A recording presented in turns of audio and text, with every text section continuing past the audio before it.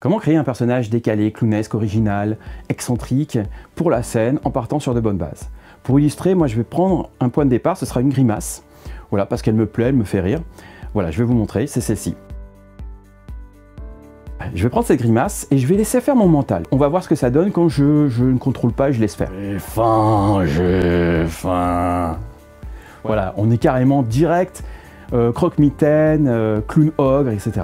Donc ça, à moins qu'on le fasse à 400%, c'est pas un bon point de départ. Il faut absolument des oppositions, des contradictions, parce que sinon le public, il peut tout de suite analyser et dire « Ah, j'ai compris, voilà, c'est un clown ogre, voilà, ok. » Et on veut pas ça du tout, on veut qu'il soit intéressé par ce qui se passe, donc qu'il puisse pas analyser. Alors voilà, ce qu'on va faire, on va refaire la grimace, mais on va changer la voix. Donc je prends la grimace, j'enlève la voix, et je prends une voix douce. Et je rajoute, voilà, une attitude qu'on appelle flotter.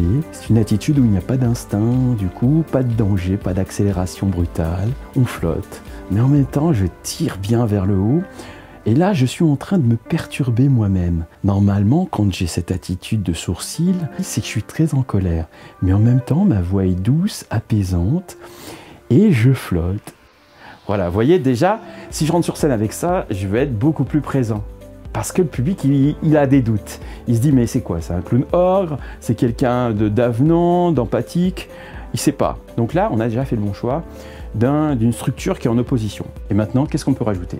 Eh bien, on peut rajouter d'autres oppositions. Par exemple, on peut prendre une musique avec beaucoup d'émotions et au contraire un texte très pragmatique, par exemple sur le tennis, parce que je connais bien ce sport. Et on peut aussi rajouter des mouvements rapides, comme ça, qui vont être en opposition avec ce côté un petit peu flottant qu'on a créé tout à l'heure. On y va. Au tennis, il y a toutes sortes d'effets de balles. D'abord, il y a les balles chopées qui ont tendance à s'écraser dans le sol comme des crêpes.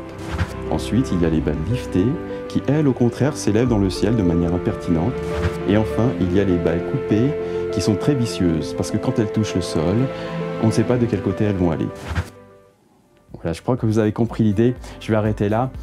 Plus on a de contradictions, plus on a d'opposition et plus le mental a des difficultés pour tout contrôler. Et du coup, il laisse passer des choses très intéressantes. Et du côté public, le public, lui aussi, il a des difficultés. Il ne peut plus analyser comme il veut, avec toutes ses oppositions.